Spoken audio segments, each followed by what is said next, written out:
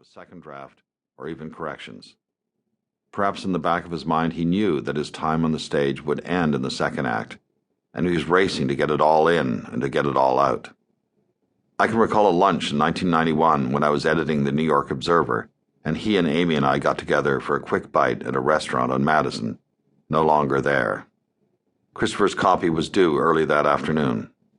Pre-lunch tumblers of scotch were followed by a couple of glasses of wine during the meal, and then a couple of post-meal cognacs, and that was his intake.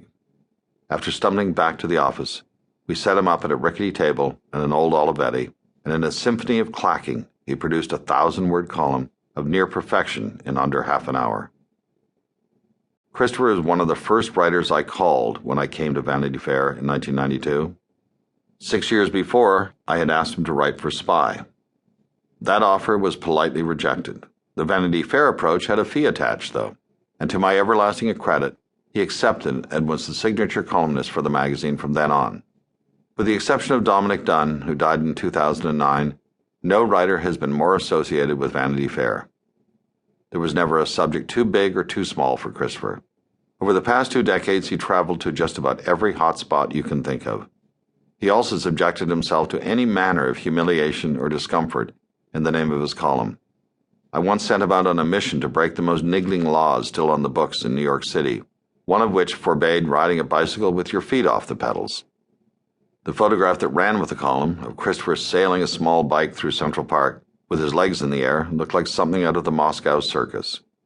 At the suggestion of Tom Headley, an old hand from Harold Hayes' Esquire, I sent him off on a course of self-improvement for a 3-part series in which he would subject himself to myriad treatments to refurbish his dental area and other dark regions.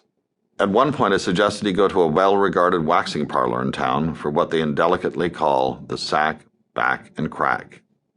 He struggled to absorb the full meaning of this, but after a few seconds, he smiled a nervous smile and said, "In for a penny." Christopher was the beau ideal of the public intellectual.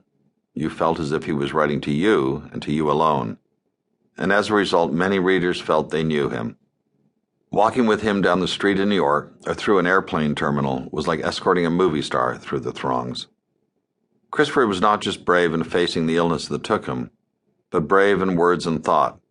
He did not mind landing outside the cozy cocoon of conventional liberal wisdom, his pro-war stance before the invasion of Iraq being but one example. Friends distanced themselves from him during those unlit days, but he stuck to his guns. After his rather famous 1995 attack on Mother Teresa, one of our contributing editors, a devout Catholic, came into the office filled with umbrage and announced that he was canceling his subscription. "You can't cancel it," I said. "You get the magazine for free."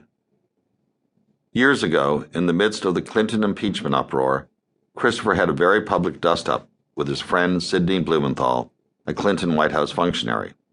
The dispute was over which part of a conversation between them was or was not on the record.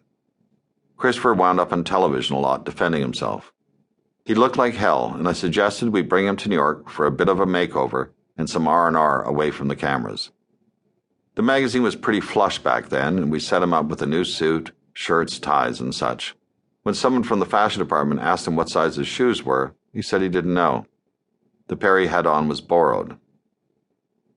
I could not begin to list the pantheon of public intellectuals and close friends who will mourn this passing, and it is not limited to those who made it to his memorial. Christopher had his share of lady admirers, too, including, but certainly not limited to, Ms. Winter back when he was young and still relatively fragrant. His wife, Carol, a writer, filmmaker, and legendary hostess, set a high bar in how to handle a flower like Christopher, both when he was healthy and during his more weakened days. An invitation to their vast apartment in the Wyoming on Columbia Road in Washington, D.C., was a prized reward for being part of their circle or even on the fringes of it. We used to hold an anti-White House correspondence dinner party there in the 1990s and 2000s. The Salon des Refus, he called it. You could meet just about anyone there. From Supreme Court justices to right-wing windbags, to, well, Barbra Streisand and other assorted totems of the left. He was a good friend who wished his friends well, and as a result he had a lot of them. Christopher had an enviable career arc that began with his own brand of fiery journalism at Britain's New Statesman, and then went into